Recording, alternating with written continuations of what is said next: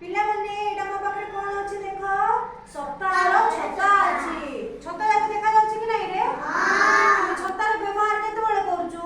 ବର୍ଷା ହେଲେ ଖରା ହେଲେ ଆମେ ଆଜି କଣ ଛତାର ବ୍ୟବହାର ଏମିତି କରିବା ଆମେ 7ଟା 12ର ନାଁ ଜାଣି ପାରିବା। ଠିକ ଅଛି? ଏଇଟା ତୁ କହ